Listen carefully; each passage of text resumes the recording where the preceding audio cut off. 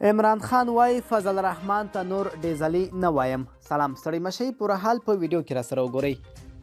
د پی ډي ایم چې مشري مولانا فضل الرحمن کوي او عمران چې دولت په لاس کې دی ناندرې روانې دي.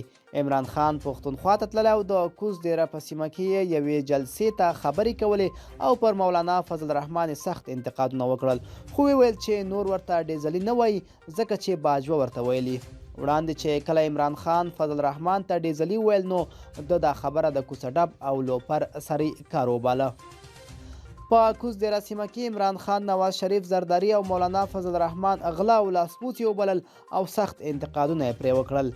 عمران خان وویل باجوه په ټلیفون کې راته وویل چې ګوره مولانا ته ډیزل مه وایه. ما ورته وویل چې زه نه وایم، مولانا ته خلک ډیزلي وایي. هغه ویل چې د کسانو پر هیواد 30 تر 15 کاله حکومت وکړ، لوی قدرتونو ته یې سر ټیټ قرضداری کړ او پر پاکستان د امریکا د ډرون بریدونه هیڅکله ونه غندل.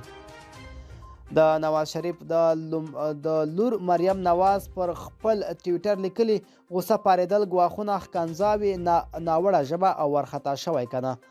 په پاکستان کې پر سیاسي کړکېچ سربیره اوس مهال بحران د اقتصادي بحران دی. هیواد راتلونکي ننګونې په اوس مرحله کې پاکستان یوازې په نړیوالو پورونو ځان چلوي. ملګرو دا به زموږ چمتو شوی ویډیو د لا ښکلو ویډیوګانو لپاره موږ سره پاتې شئ. تر بلې ویډیو ښه وخت ولرئ.